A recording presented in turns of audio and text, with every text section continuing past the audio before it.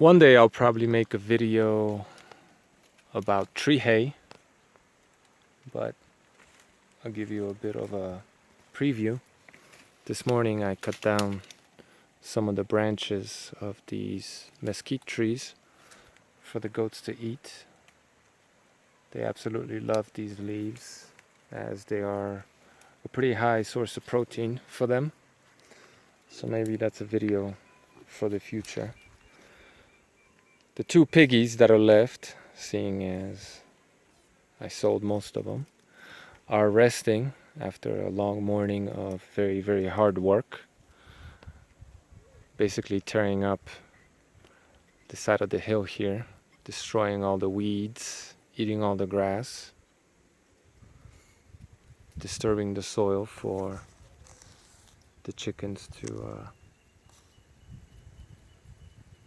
also be able to benefit from, eating bugs and whatever there may be there, seeds.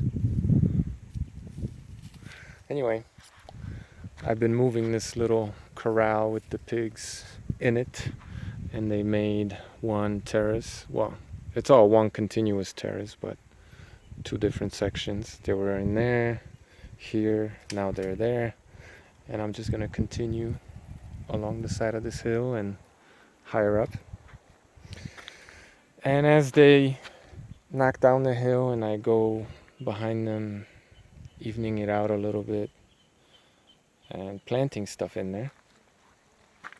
Here in this section I decided to plant some fig trees as well. Figs is one of those fruits I forgot to show you guys in my Fruitarian Paradise video.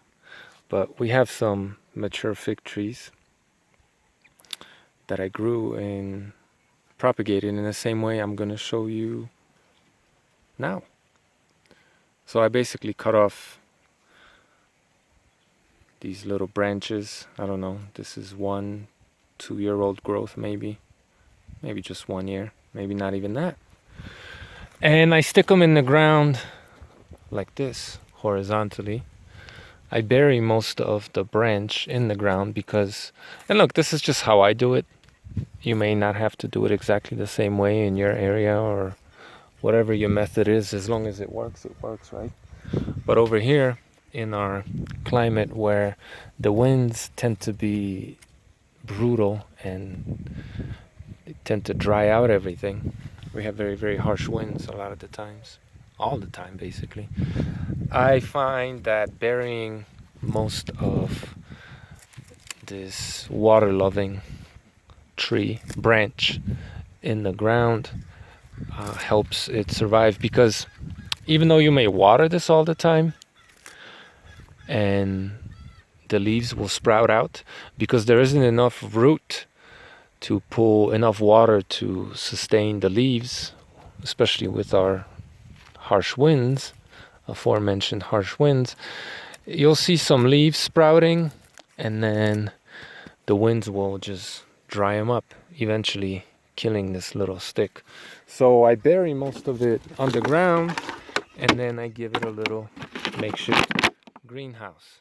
I'll secure that in the ground a little bit better. But yeah, to prevent the moisture from escaping or the stick drying out, I give it a little,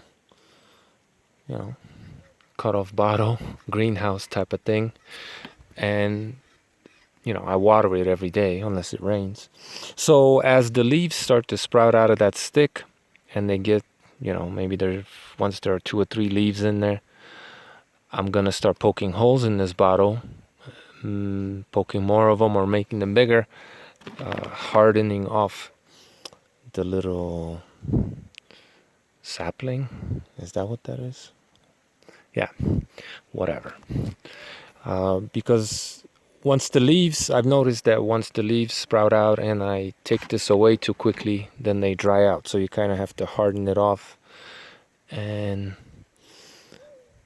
hopefully you get a nice little tree, mature tree. These will, because the cutting is coming from a mature tree, these will start fruiting almost immediately. in something like, provided the soil's good enough and they get enough water, 4 to 6 months you could have fruit already. I know, sounds crazy, but it's true. Anyway, I've seen systems where people put these in pots and they have like a mister that's on a timer that sprays a fine mist over these every, I don't know, 10, 15, 5 minutes sometimes, whatever the case may be. And that's another way of making sure that they root and start growing and they don't die. But this is my low-tech on-site way of doing it, where just stick it in the ground, put a bottle over it, half a bottle over it, and yeah, basically water it every day and harden it off in the aforementioned way. So that's that short little video. I'm gonna plant this one as well. I'm gonna find a way to secure this a little bit better, and maybe we'll do an update, see how this thing does. Hopefully it does something.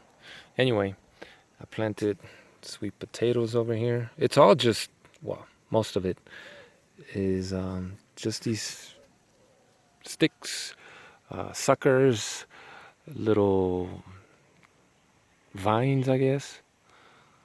I got some Mexican sunflowers. This is some kind of hybrid grass, Cuba 22, they call it here. I don't know what it is exactly in English. I got some peanut I'm gonna plant there, or fall peanut, I don't know what it's called. Maní forrajero, it's called in Spanish. I see this sunflowers growing already. Got some pineapple. Yeah, just stick things in the ground and they grow. I got a bunch of seeds of all kinds of stuff I tossed around here too. Watermelon, pigeon peas. See, there's some watermelon seed, so on and so forth. So basically, we'll see what happens. But that's how I plant fig trees, and that's how easy it is. Thanks for watching.